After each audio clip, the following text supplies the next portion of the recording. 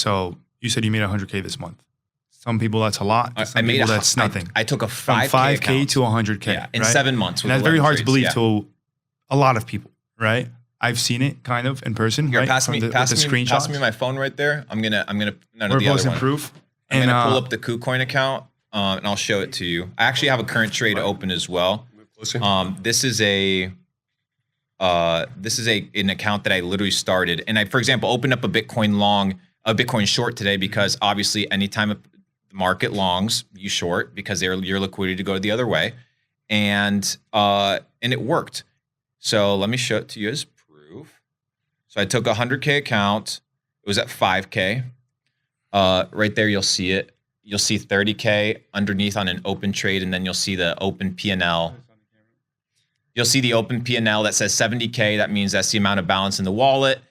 And then you have a $30,000 position open on a BTC short with $3,000 in net profit. So that puts my account from 5K to 107K. And the reason I did that was to prove to people that it's not about how much money you have.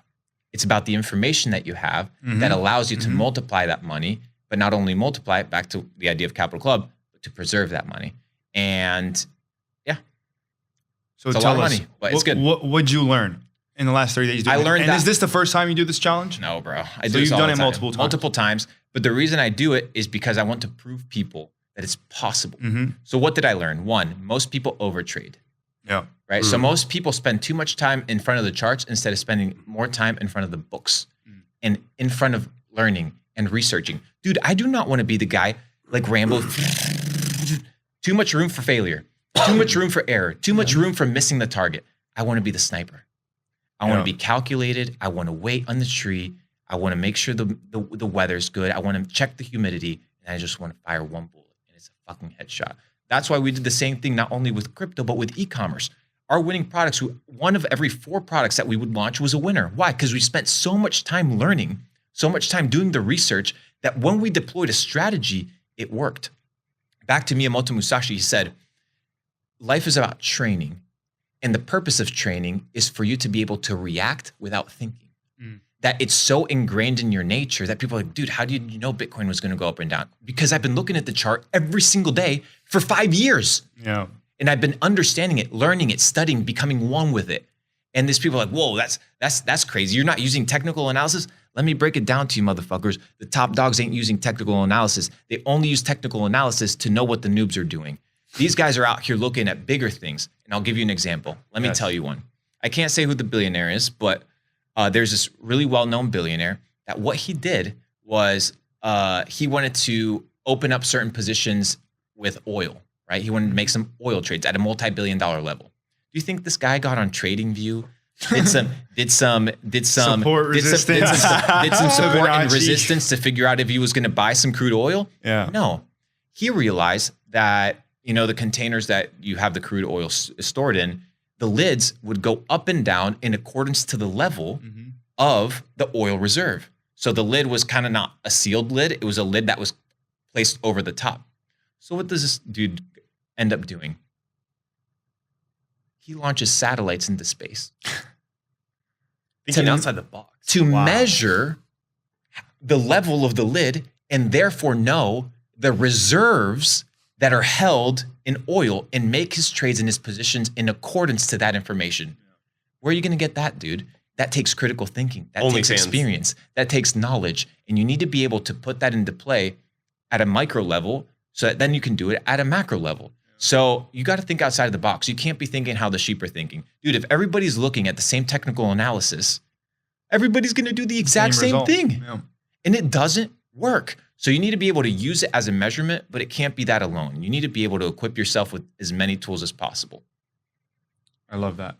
Let me ask you this. I think the whole red pill movement has a very big correlation with crypto, right? Because crypto's messaging at its core is decentralization, right? Being against the government in a sense, or being not attached to the government, right? The independence idea.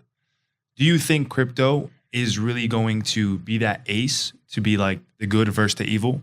No. Why not? Because the US government can print $1 trillion right now and buy all the Bitcoin in the world. Yeah. So this idea that, for example, Fidelity has trillions of dollars of assets under management. Hopefully somebody can look up the logo of Fidelity. It's a little Masonic logo. And they started mining Bitcoin in 2015. Kathy Wood, she bought 100 grand worth of Bitcoin at $250. Dude, the big dogs have been in way before you. You think you got the information first? You think you landed on a Reddit forum and you're ahead of all the guys that are actually institutionalizing and making the rules and setting things in stone? You're mistaken. For example, a couple days ago, we had a new prime minister assigned to the UK. Yeah. Bitcoin. There you go. And now they're going to push a CBDC. I was sitting with the head, and hopefully you come out to the next mastermind. I was sitting out. We did the Phuket we did the mastermind in Albania, and I brought out a gentleman by the name of last name Fulani, and he's the governor of the Central Bank of Albania. He's the one that signs the money that goes out. I asked him 3 questions. The first one, I said, Mr. Fulani, do central banks run the world? And he said, well, I can't answer that, but what I can tell you is what JP Morgan said. JP Morgan said, whoever controls the money controls the world. 1. The second question I asked him was, is Bitcoin money? And he said, well, what are the functions of money? It has to be a value. It has to be a means of exchange. It has to have a store of value, things of this nature. So Bitcoin, by definition, is money. The third question I asked him, because he's a globalist, and I still talk to these people because I'm here to learn. I'm a student mind. I asked them, World Economic Forum, 2030, all these things. Is it going to happen? He said, undoubtedly it's going to happen. And the reason he knows it's going to happen is because we're going to go back into a state of what's called techno-feudalism. I'm not going to go into super in-depth details as to what techno-feudalism is. We'll talk about it over dinner because it's a little bit of a deeper conversation, things that I think people need to go and explore. But if you think a bunch of retail Wall Street bet investors are going to go against the system that allowed them to get rich in the first place, is foolish.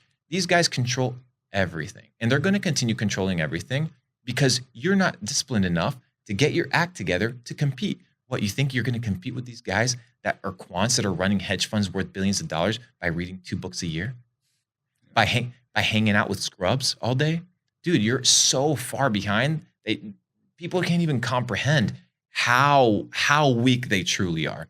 So my recommendation for people is understand where things are going, understand where the trends are moving, and position yourself in a way where you, as part of the system, because you are a part of the system, like you are part of the problem, you're part of the virus, just as much as everybody else is part of the virus. You need to position yourself in a way that you can succeed and you can minimize your risk. So what does this mean? Over the next coming years, there's going to be a couple major sectors that are going to be extremely popular.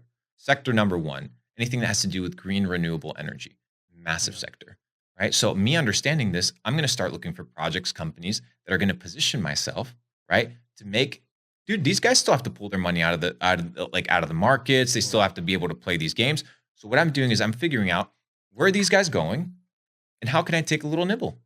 I'm not here to fight. We said it before, right? If this idea that you died, nothing matters in this life, then why am I going to be focused all my attention on trying to disrupt the machine? Yeah. Dude, what sort of God complex do you have that you think that you're going to disrupt the machine? You're a cog in the machine. You don't even know. But when you have the humility to recognize you're a cog in the machine, you have to figure out, well, how do I capitalize? And how can I make sure that the people around me don't get fucked, don't get finessed by the system, don't get famoosed? Because so many people are. And if you have the ability to capitalize on that and to do good with the resources that you gain from that, I think that that's a win.